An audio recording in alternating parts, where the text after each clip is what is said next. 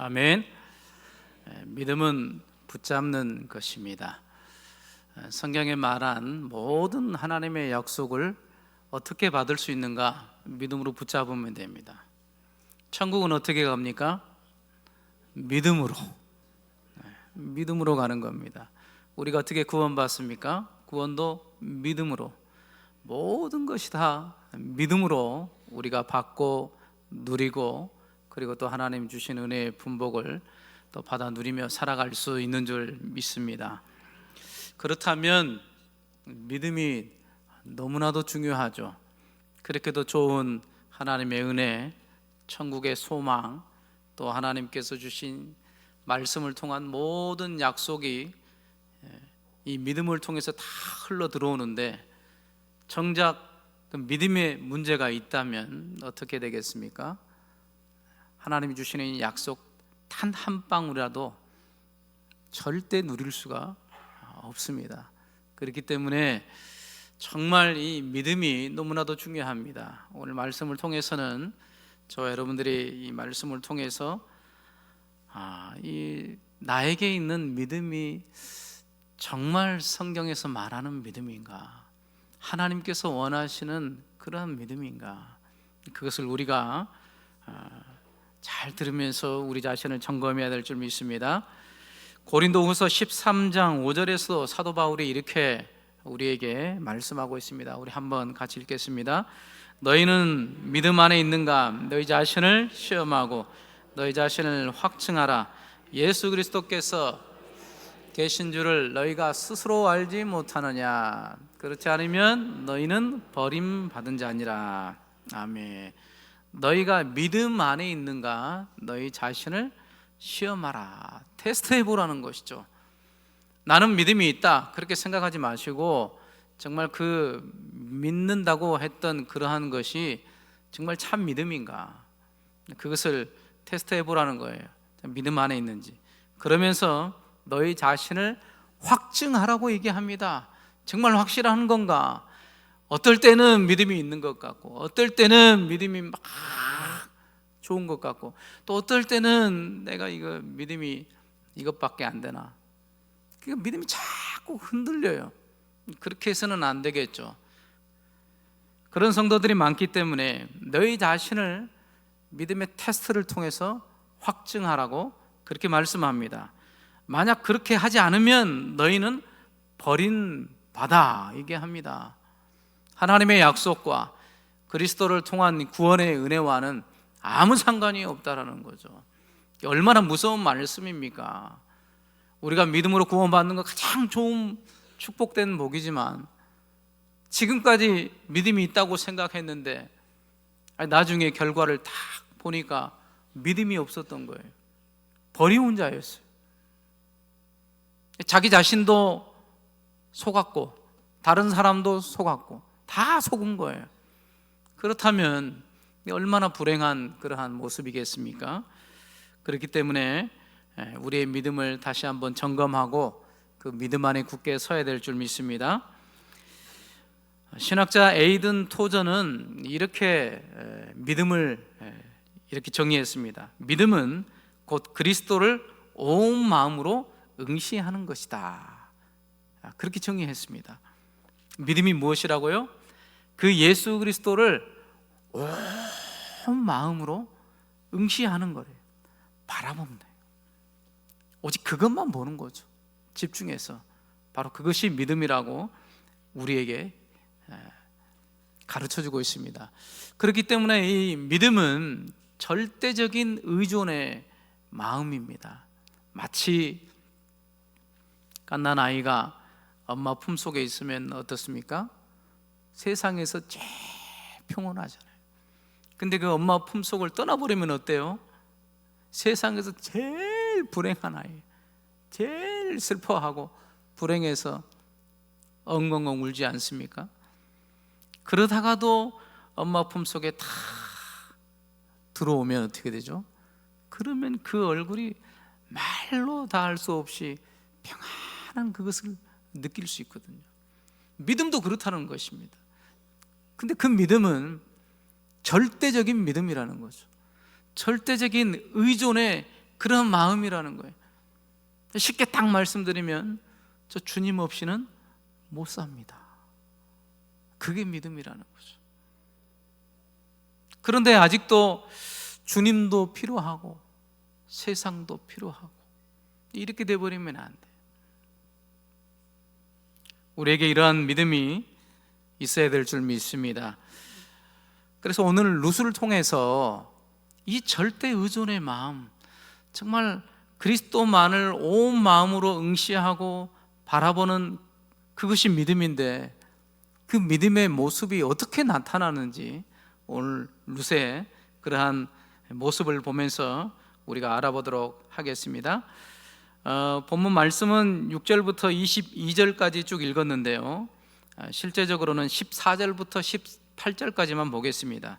왜냐하면 6절부터 13절까지는 대충 이제 쭉 아는 내용이기 때문에 여러분들이 그렇게 충분히 숙지하셨다고 생각을 하고, 14절부터 우리가 18절까지 우리 한번 같이 한 목소리로 읽겠습니다. 시작. 그들이 소리를 높여 다시 울더니 오르바는 그의 시어머니에게 입맞추되 룻은 그를 붙쫓았더라. 나오미가 또 이르되 보라, 내 동서는 그의 백성과 그의 신들에게로 돌아가나니 너도 너의 동서를 따라 돌아가라 하니, 룻이 이르되 내게 어머니를 떠나면 어머니를 따르지 말고 돌아가라 강건하지 마옵소서. 어머니께서 가시는 곳에 나도 가고 어머니께서 머무시는 곳에서 나도 머물겠나이다. 어머니의 백성이 나의 백성이 되고 어머니의 하나님이 나의 하나님이 되시리니 어머니께서 죽으시는 곳에서 나도 죽어 거기 묻힐 것이라. 만일 내가 죽는 일 위해 어머니를 떠나면 여호와께서 내게 벌을 내리시고 더 내리시기를 원하나이다 하는지라. 나오미가 룻이 자기와 함께 가기로 굳게 결심함을 보고 그에게 말하기를 그치니라. 아멘. 좀 룻의 이제 시어머니 나오미에 대한 그러한 반응으로 룻이 쭉 고백하는 모습을 볼 수 있는데요, 먼저 14절부터 보니까 다른 동서 오르바는 그 어머니의 말을 듣고 어머니에게 입맞추고 이제 갔어요. 근데 룻은 어떻게 했습니까? 14절 하반절에 보니까 룻은 그를 붙쫓았더라.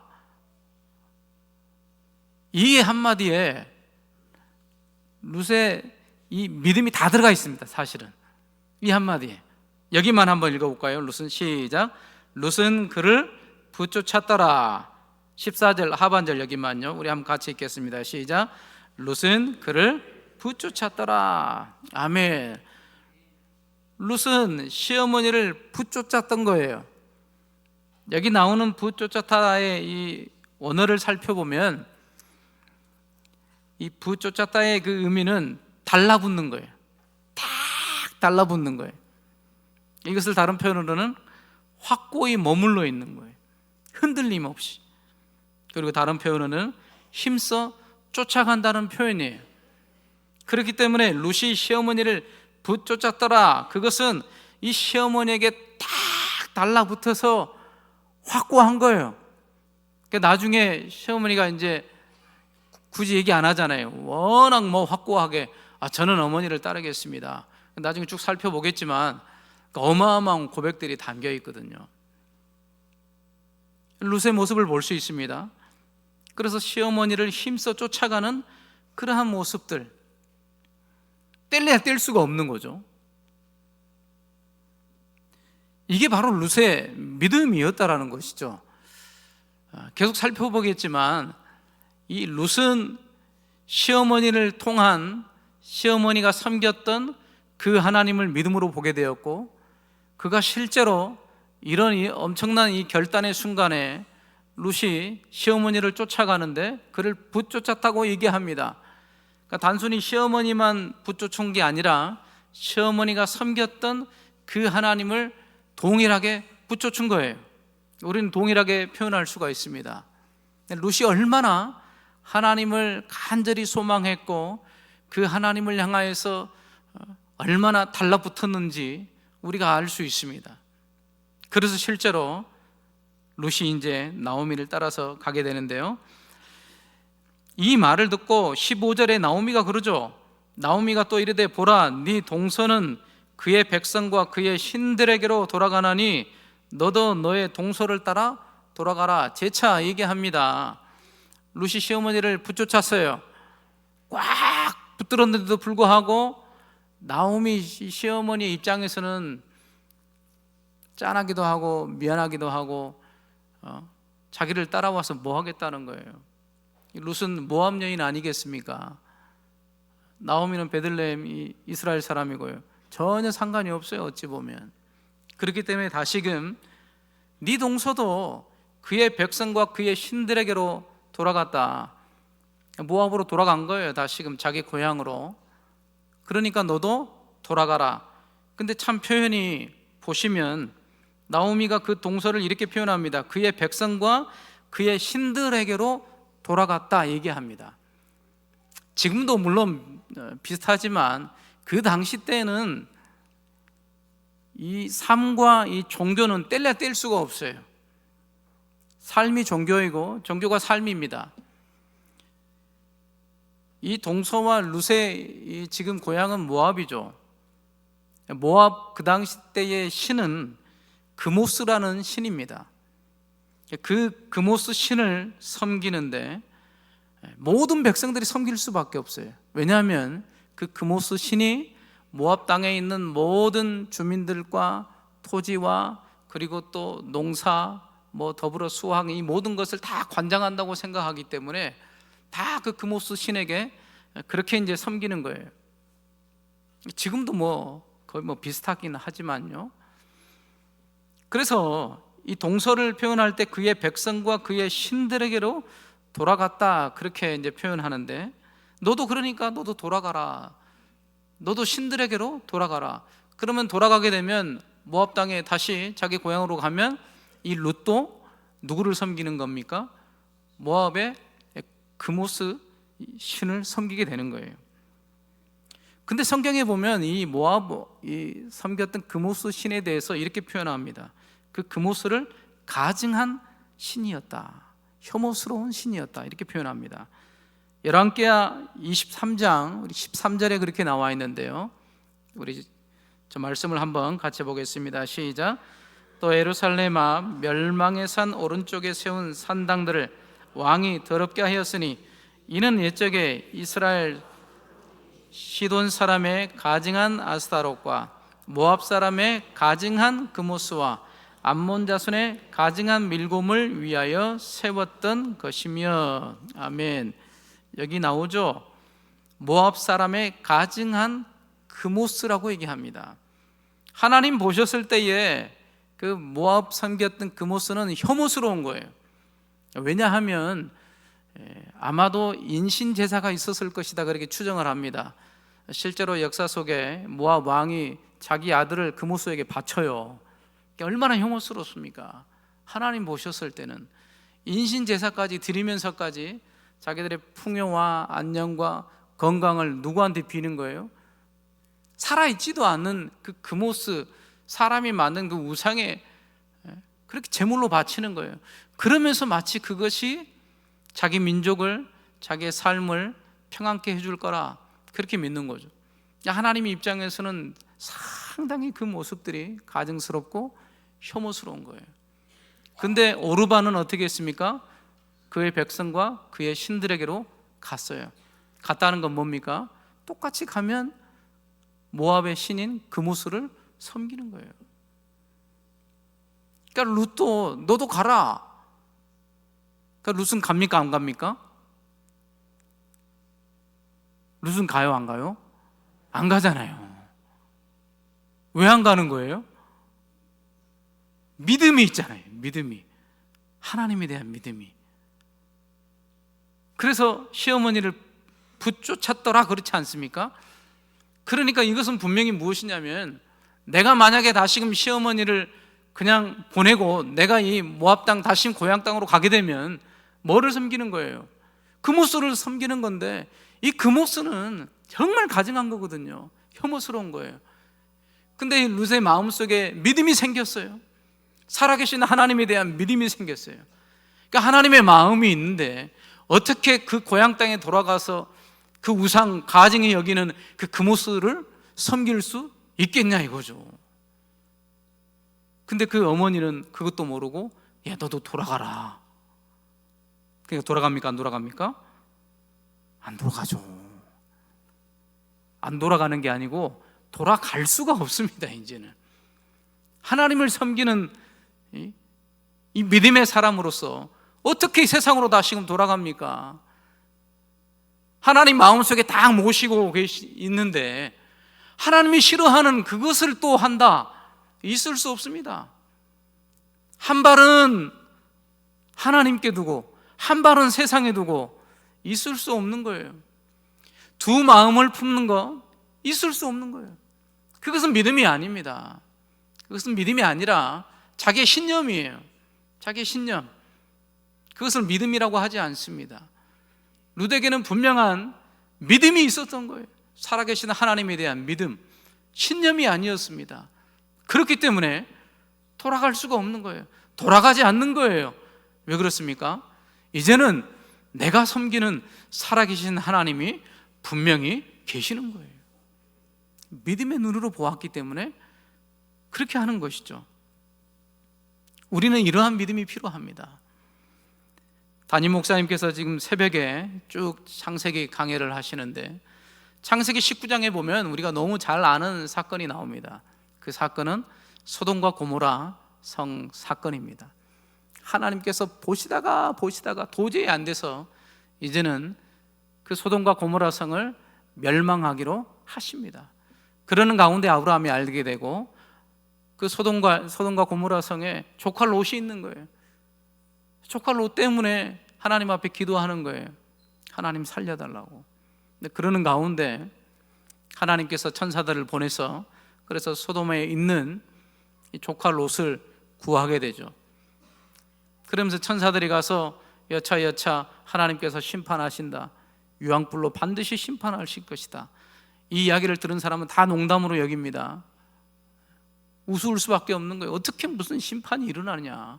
지금 아무 일도 일어나지 않는데. 롯도 머뭇하고 있어요. 두 딸과 함께. 그래서 천사들이 도저히 안 되겠다 싶어서 롯과 아내와 두 딸들을 억지로 끌어다가 그 성에서 나오게 합니다. 그러면서 천사들이 이런 얘기합니다. 너희가 도망하여서 생명을 보존하라. 돌아보거나 들에 머물지 말고 산으로 도망하여 멸망함을 면해라. 분명히 얘기했어요. 천사들은 하나님의 말씀이죠. 돌아보지 말아라. 머물지도 말고 산으로 도망해서 너희 멸망을 면해야 된다. 그렇게 하고 말씀을 줬는데 근데 롯의 아내가 어떻게 되었습니까?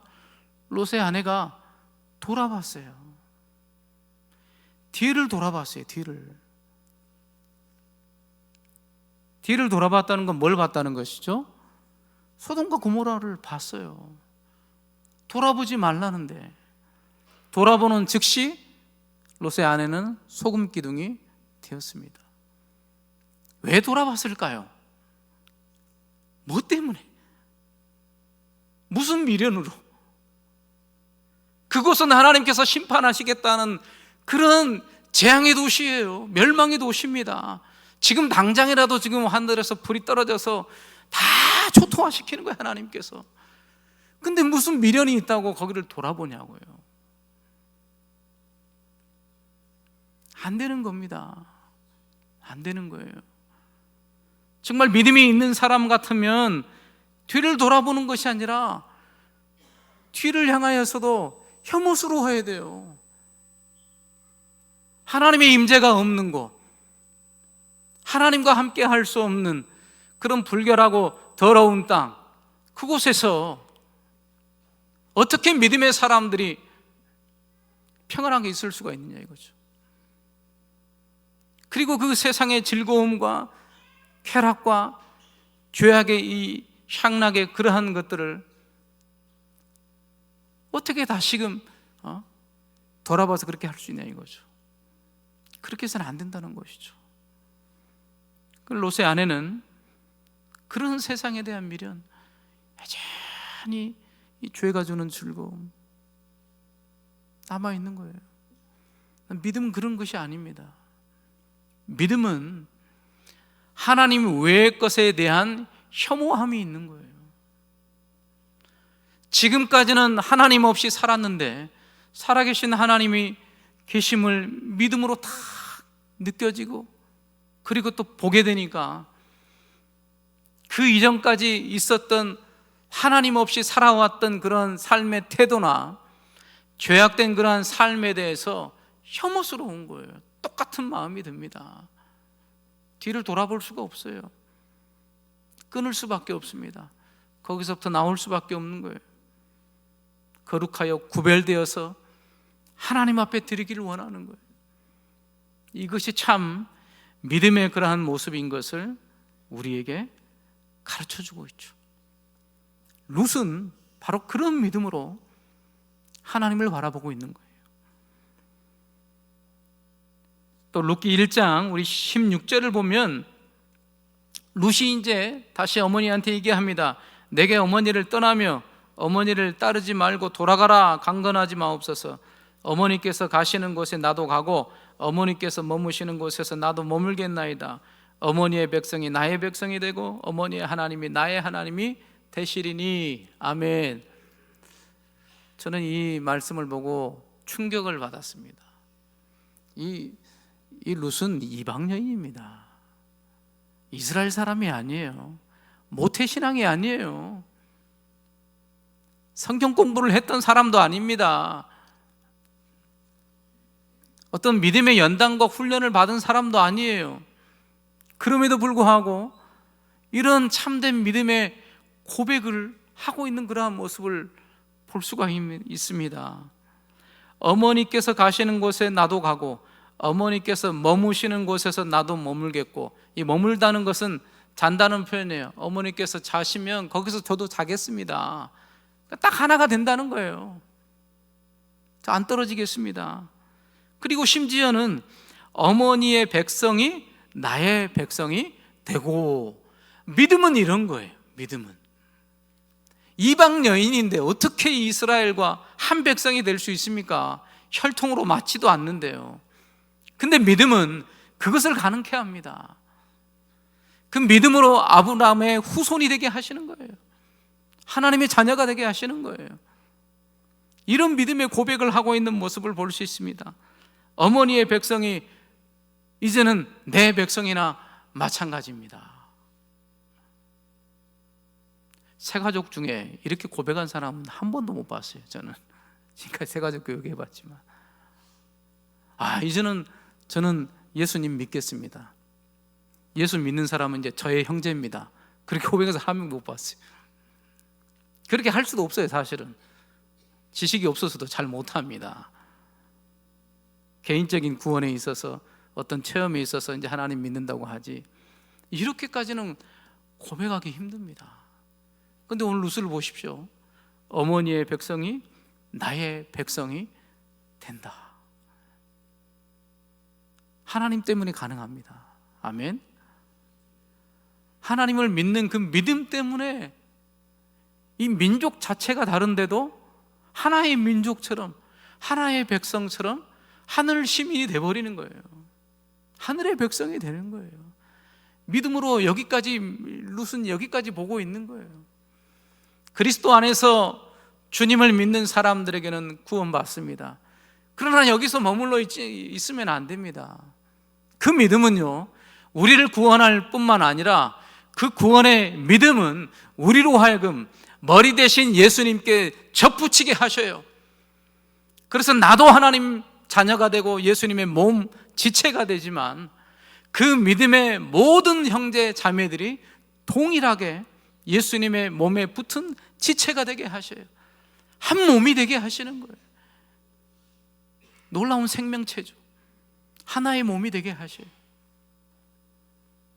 그 신약 성경에 보면 많이 나온 표현 중에 형제들아, 이 표현이 엄청 많이 나옵니다. 그리스도 안에서 하나님의 백성된 형제들아, 이것보다도 더 가슴 뛰게 하는 그런 표현이 없습니다. 형제들아, 서로 사랑하라. 형제들아, 한 마음을 풀어. 어떻게 형제예요 그게? 혈연 관계도 아닌데요. 그런데 그리스도 보혈의 피로 말미암아 한 형제가 되어버리는 거예요. 한 가족이 되는 겁니다. 하나님을 아버지라 모시는 하나님의 자녀, 하나님의 백성이 되는 거예요. 이것을 룻이 꿰뚫어 보고 있어요. 이제는 어머니의 백성이 내 백성입니다. 이 룻이 있었던 시대, 예전에 말씀드렸지만 사사시대에는 가장 어두웠던 시대입니다. 믿음을 찾아보기 힘들었던 시대예요. 참되신 하나님이 계시는데도 그 하나님을 버리고 우상들을 섬기며 자기의 소견에 오른 대로 행했던 시대가 사사시대였어요. 지금 이 사사시대 가운데 그것도 이방 여인인 모압의 여인이었던 룻이 이렇게 고백합니다. 이제는 제가 믿음으로 하나님 보았고요, 믿음으로 보니까 당신의 백성들도 내 백성입니다. 근데 실제로 하나님 백성 되었다고 자부했던 이스라엘 백성들은 자기밖에 몰랐습니다. 자기 배만 채웠어요. 자기 욕심만 채웠어요. 자기 가정, 자기 성공, 자기 행복이면 다른 이웃들, 형제들 뒤돌아보지도 않습니다. 그런 시대였어요. 그런데 놀랍게 이 룻이 보이는 믿음은 참으로 하나님 보시기에 정말 아름답고 또 순전하고 참 믿음의 본의 모습을 이 룻을 통해서 우리에게 가르쳐주고 있습니다. 그러면서 룻이 계속 말하죠. 어머니의 하나님이 나의 하나님이 되시리니. 아멘. 그 나오미 어머니가 섬겼던 그 하나님을 자기의 하나님으로 다 모시는 거예요. 우리에게 최고의 축복입니다. 가정 안에서 아빠가 믿은 하나님, 이제는 제가 믿겠습니다. 이게 얼마나 놀라운 사실입니까? 엄마가 믿었던 그 하나님, 이제는 제가 저의 하나님으로 믿겠습니다. 야곱도 그렇지 않았습니까? 아브라함과 이삭의 하나님으로만 알았어요. 자기 아버지의 하나님, 할아버지의 하나님, 자기의 하나님은 아니었어요. 근데 형에게 도망가서 이제는 삼촌 집으로 가다가 베델에서 하나님 만나지 않습니까? 그러더니 그때서야 비로소 하나님을 나의 하나님으로 고백하는 것을 볼 수가 있습니다. 우리 할아버지가 믿어왔던 그 하나님이, 우리 아버지가 믿어왔던 그 하나님이 이제는 나의 하나님 되십니다. 우리 영광대교의 모든 식구들, 이 가정마다 이런 믿음의 고백이 울려 퍼졌으면 좋겠습니다. 룻이 이렇게 고백하는 거예요. 어머님의 하나님이 나의 하나님이 되십니다. 할렐루야. 17절에도 룻이 계속 이제 고백합니다. 어머니께서 죽으시는 곳에서 나도 죽어 거기 묻힐 것이라. 이 세상에나 이런 며느리가 또 있을까? 아마 없을 것 같은데요. 어머니가 죽으시는 곳에서 나도 죽어서 거기 묻힌다. 도대체 얼마나 하나님을 신실하게 믿기에 그 신실하게 하나님을 낭망하면서, 그러면서도 시어머니에 대한 이 사랑과 인애, 정말 놀랍지 않습니까? 그러면서 이렇게 고백하죠. 만일 내가 죽는 일 위해 어머니를 떠나면 여호와께서 내게 벌을 내리시고 더 내리시기를 원하나이다. 여기서 여호와께서 내게 벌을 내리시고 더 내리시기를 원하나이다, 이 표현들은 구약에서 많이 나옵니다. 맹세할 때 써요. 정말 크게 맹세할 때, 생명을 걸고 맹세할 때 이런 표현을 쓰는데, 지금 룻은 모든 생명을 다 걸었어요. 자기의 생명도, 자기의 죽음도, 자기의 삶도, 자기의 미래도, 자기의 모든 것을 여기에 다 건 거예요. 믿음으로 다 건 거예요. 그러면서 바라보는 것이죠. 그러니까 이런 고백을 듣고 나오미가 어떻게 합니까? 이제는 해봐야 소용이 없구나. 그래서 18절에 보면 나오미가 룻이 자기와 함께 가기로 굳게 결심을 보고 그에게 말하기를 그치니라. 얼마나 결심을 했든지, 어머니가 가서 죽는 데까지도 묻히겠다는데 뭔 말이 필요해요. 룻이 이런 믿음이었습니다. 그런데 여기서 한번 생각해 볼 것은, 도대체 어떻게 이러한 참다운 찬란한 이런 믿음의 고백을 단순히 그냥 입으로 내는 그런 고백이 아니지 않습니까? 온 마음을 쥐어짜서 그렇게 믿음으로 고백하는 것인데, 어떻게 룻이 이러한 믿음의 고백을 할 수 있었느냐 이것이죠. 우리는 쭉 봐왔습니다. 나오미의 가정이 어땠습니까? 베들레헴에서 힘들어서 모압 땅에 조금 더 먹고 살아보려고 왔는데 어떻게 됐습니까? 한 10년쯤에 남편도 죽고 두 아들도 다 죽어버렸어요. 물론 그 중간에 이제 며느리들이 돌아왔지만, 그러니까 이 며느리들 입장에서는 이 나오미의 가정은 들어오지 말았어야 돼. 사실은 보는 족족 어떻습니까? 이 망한 가문이에요. 망한 가문, 소망이 없는 가문이에요. 다 죽었잖아요. 심지어는 씨도 없어요. 아무것도 바랄 게 없습니다. 우리가 보통 믿음으로 살고 하나님을 증거하고 또 하나님이 주신 은혜를 또 선포하고 증인된 삶을 살기 위해서는 어떻습니까? 보통은 좀 잘 돼야죠. 그렇죠? 기도하면 하나님이 응답해 주셔서, 그래서 우리 하나님 주시는 은혜의 분복을 받아 누려야 안 믿는 사람들이나 안 믿는 자녀들이 봤을 때도 야, 이거 참 뭔가 이쁘나. 그래도 엄마가 기도 함께 하나님이 들어주시네. 진짜 하나님 살아계신갑네요. 그리고 이 정도 돼야 조금 말이 통하잖아요. 근데 교회를 갈 때마다 일이 생겨요. 다치고 아프고 심지어는 죽고, 집은 불나가지고 아무것도 남지 않고. 어쩌면 나오미 가정이 이렇습니까? 이렇습니다. 하나님을 믿는 가정인데 완전히 소망이 없어요. 빈털터리예요. 빈털터리. 그러면 이 며느리 입장에서 봤을 때, 물론 어머니는 분명히 살아계신 하나님을 믿고 있었죠. 있긴 있었죠.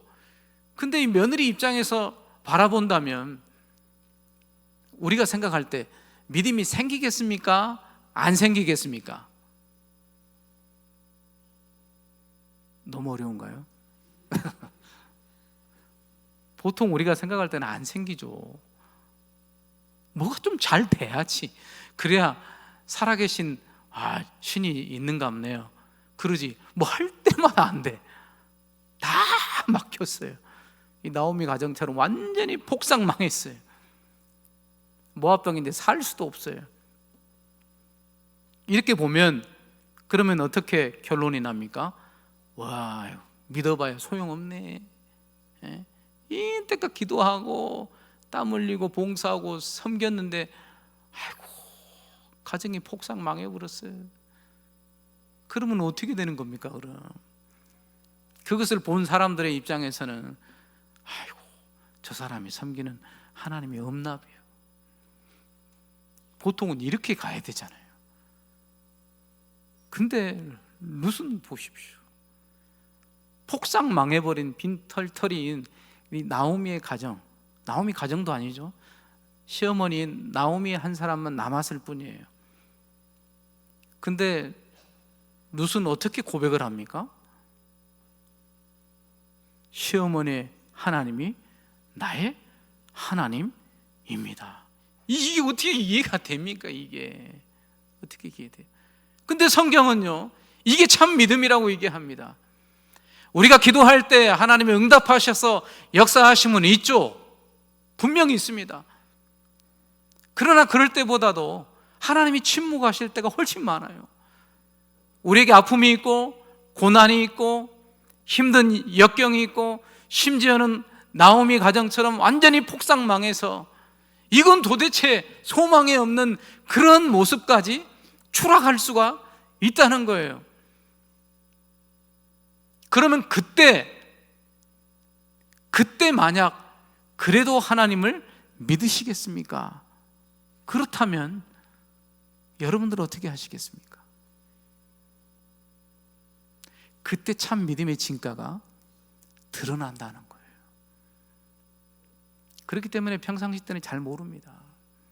잘 달 때는 우리의 믿음을 잘 모릅니다.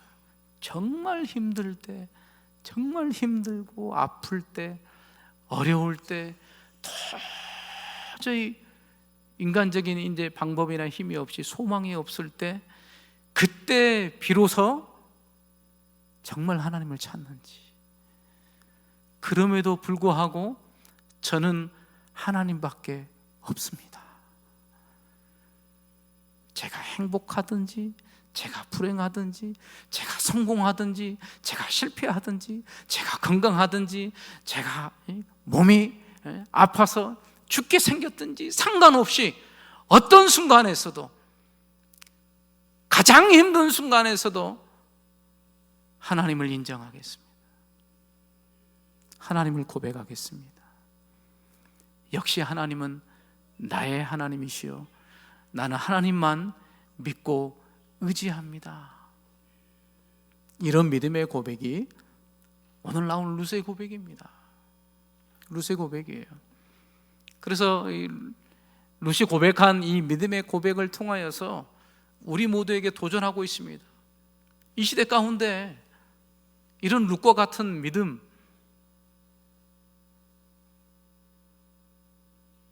찾아볼 때에 과연 우리에게 그러한 믿음이 있는가?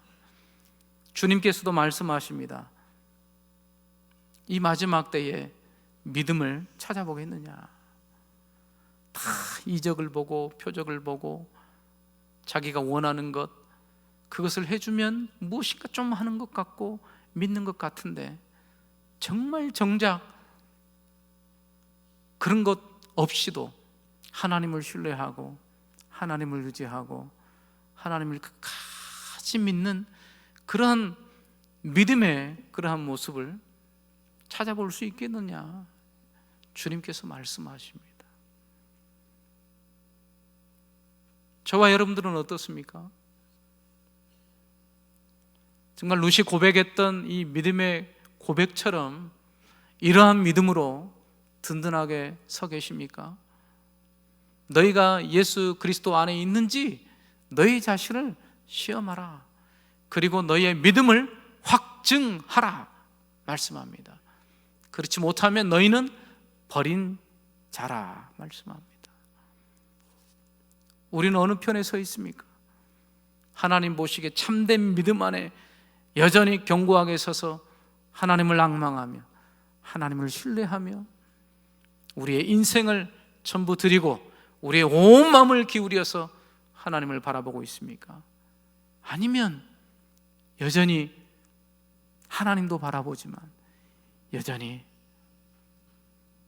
아무 소망이 없는 세상에, 그 인간적인 소망에 거기에 이끌려서 여전히 갈팡질팡 하고 있지는 않습니까?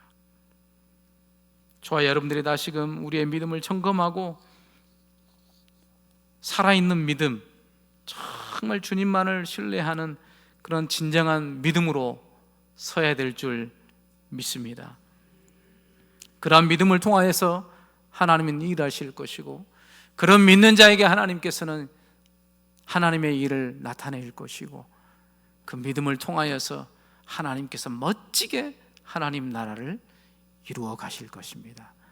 우리 모두가 다 그 믿음에 동참하여서 믿음으로 걸어가는 참된 성도다운 하나님의 사람들 되시길 축원합니다.